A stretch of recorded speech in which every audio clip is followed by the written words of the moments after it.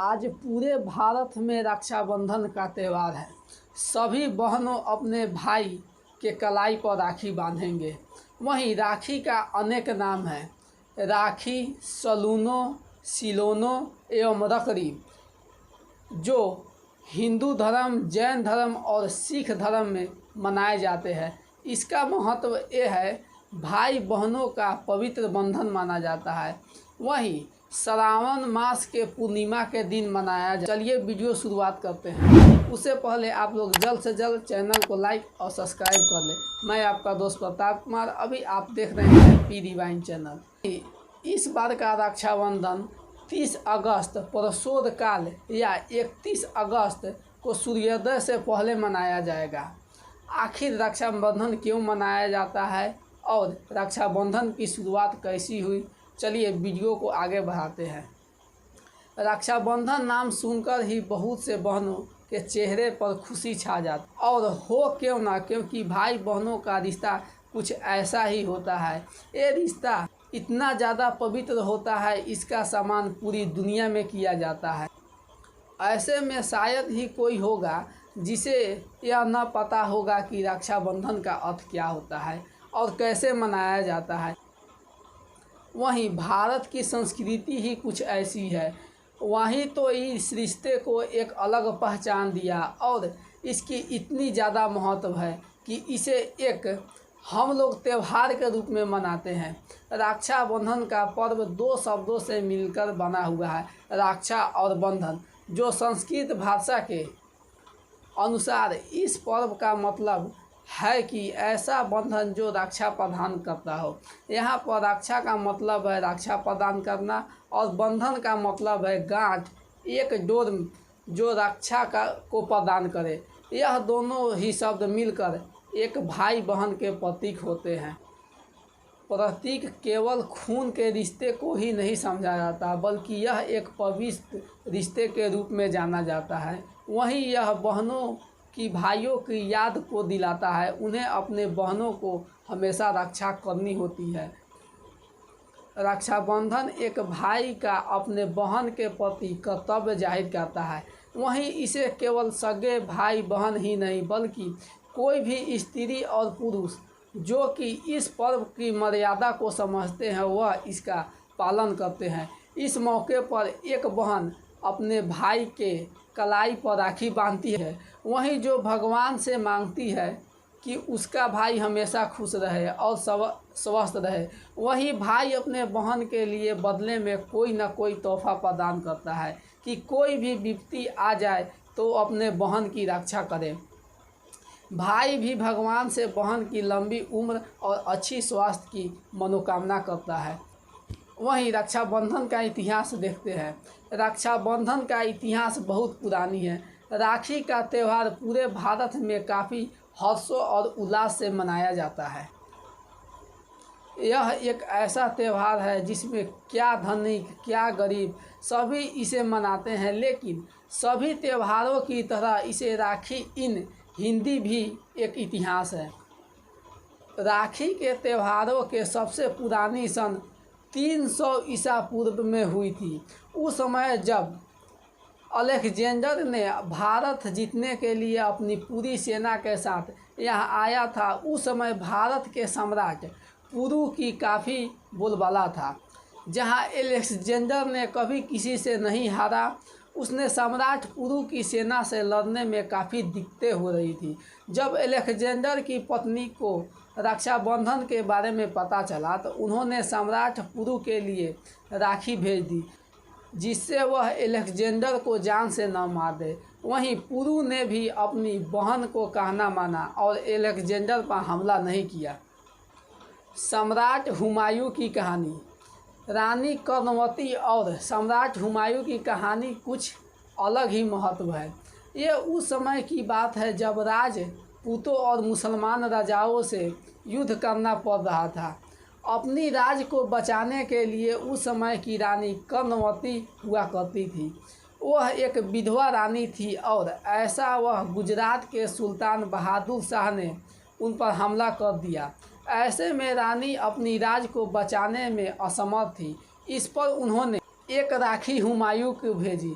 हुमायूं ने अपनी बहना को रक्षा करने हेतु अपनी एक सेना की टुकड़ी चित्तौड़ भेज दिया, जिसके बाद बहादुर शाह की सेना पीछे हट गई।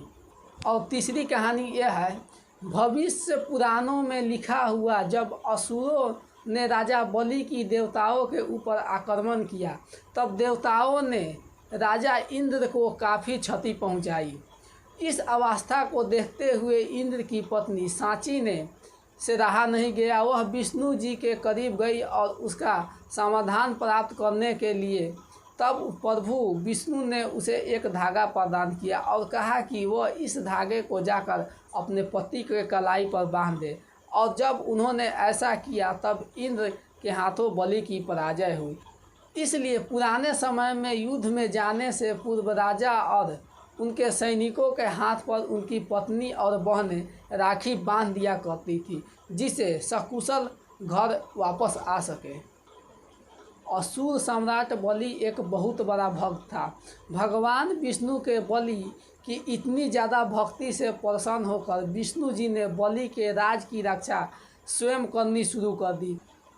ऐसे में माता लक्ष्मी अब इस चीज़ से परेशान होने लगी, क्योंकि विष्णु जी अब बैकुंठ पर नहीं रहते थे। अब लक्ष्मी जी ने ब्राह्मण औरत का रूप लेकर बलि के महल में रहने लगी।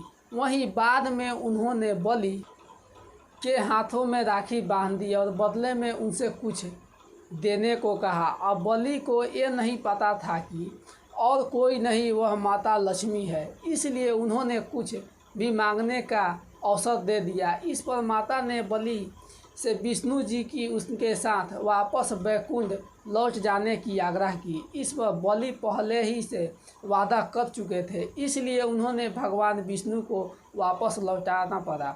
इसलिए राखी को बहुत जगहों पर वलेहा भी कहा जाता है। वहीं लोगों की रक्षा करने के लिए भगवान कृष्ण को दुष्ट राजा शिशुपाल को मारना पड़ा। इस युद्ध के दौरान कृष्ण जी की अंगुली में गहरी चोट आ गई, जिसे देखकर द्रौपदी ने अपनी साड़ी फाड़कर हाथों पर बांध दिया।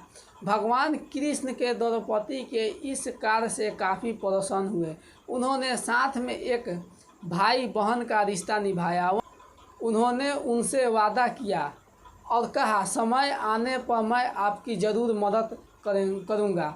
बहुत वर्षों के बाद जब द्रौपदी को कुरुसभा में हुए जुए के खेल में हारना पड़ा, तब कौरवों ने राजकुमार दुशासन ने द्रौपदी का चिरहरण करने लगा। इस पर कृष्ण जी ने द्रौपदी की रक्षा की थी और उनकी लाज बचाई थी। वहीं भगवान कृष्ण ने युधिष्ठिर को यह सलाह दी थी कि महाभारत की लड़ाई में खुद को और अपनी सेना को बचाने के लिए उन्हें राखी का जरूर उपयोग करना चाहिए।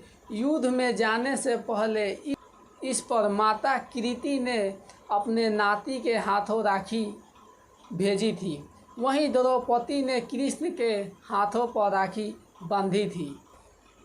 वहीं भगवान गणेश के दो पुत्र शुभ और लाभ थे। वह इन बातों को लेकर परेशान रहते थे कि उनकी कोई बहन नहीं है, इसलिए उन्होंने अपने पिता से बहन के लिए हमेशा जिद करते थे। इस बात पर नारद जी हमेशा हस्तक्षेप करते थे। वहीं हस्तक्षेप करने पर बाध्य होकर भगवान गणेश को संतोषी माँ का उत्पन्न करना पड़ा। अपने शक्ति का उपयोग कर वही मौका रक्षाबंधन का ही था, जब दोनों भाइयों ने उनकी बहन की प्राप्ति हुई थी। यम और यमुना की कहानी। एक लोक कथा के अनुसार मृत्यु के देवता यम ने करीब 12 वर्षों तक अपने बहन यमुना के पास नहीं गए। इस पर यमुना काफ़ी दुखी थी। बाद में गंगा माता के परामर्श पर यम जी अपने बहन के पास जाने का निश्चय किया। अपने भाई के आने पर यमुना काफ़ी खुशी हुई और उन्होंने भाई यम का काफ़ी ख्याल रखा। इस पर यम काफ़ी प्रसन्न हो गए और कहा, यमुना तुम्हें क्या चाहिए? जिस पर उन्होंने कहा कि मुझे आपसे बार बार मिलना है। जिस पर यम ने उनकी इच्छाओं को पूरा कर दिया। इसे यमुना हमेशा के लिए अमर हो गई। वहीं रक्षाबंधन का त्यौहार भारत में हिंदू धर्म में सबसे ज़्यादा मनाए जाते हैं। यह त्यौहार हिंदू धर्म में काफ़ी हर्षोल्लास के साथ मनाया जाता है। वहीं इसे भारत के उत्तरी प्रांत और पश्चिमी प्रांत के लोग सबसे ज़्यादा मनाते हैं। इसके अलावा नेपाल, पाकिस्तान, मॉरिशस में भी मनाया जाता है। वहीं जैन धर्म में उनके जैन पंडित भक्तों को पवित्र धागा प्रदान करते हैं। वहीं सिख धर्म की बात करें तो सिख धर्म में इसे भाई बहन के बीच मनाया जाता है। वही इसे राखड़ी कहा जाता है। भारत में रक्षाबंधन हर जगह अलग अलग तरीक़ों से मनाया जाता है। वहीं पश्चिमी घाट की बात करें, राखी को एक देव माना जाता है। भगवान वरुण को, जो कि समुद्र के देवता है, इस पर वरुण जी को नारियल प्रदान किए जाते हैं। इस दिन नारियल को समुद्र में फेंका जाता है, इसलिए इसे राखी पूर्णिमा या नारियल पूर्णिमा भी कहा जाता है। दक्षिण भारत में रक्षाबंधन को अवनी अबीतम भी कहा जाता है।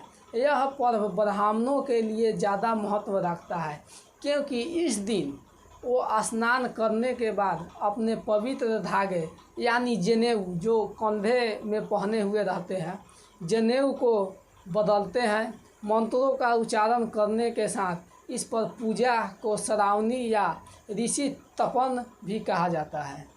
वहीं उत्तर भारत की बात करें, उत्तर भारत में रक्षाबंधन को कजरी पूर्णिमा के नाम से जाना जाता है।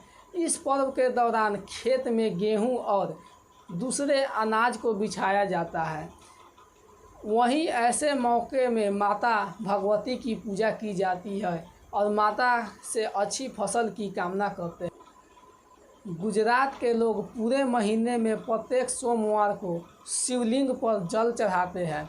इस पवित्र मौके पर लोग रुई को पंचांग में भिगोकर उसे शिवलिंग के चारों ओर बांधते हैं। इस पूजा को पवित्र पाना भी कहा जाता है। इस साल का रक्षाबंधन का शुभ मुहूर्त 30 अगस्त 2023 रात 9:01 से 31 अगस्त 2023 तक सुबह 7:05 तक रहेगा। आप लोगों को रक्षाबंधन की ढेर सारी शुभकामनाएं। आज का वीडियो इतना ही, मिलते हैं नेक्स्ट वीडियो में। इससे पहले आप लोग चैनल को लाइक और सब्सक्राइब करना ना भूलें।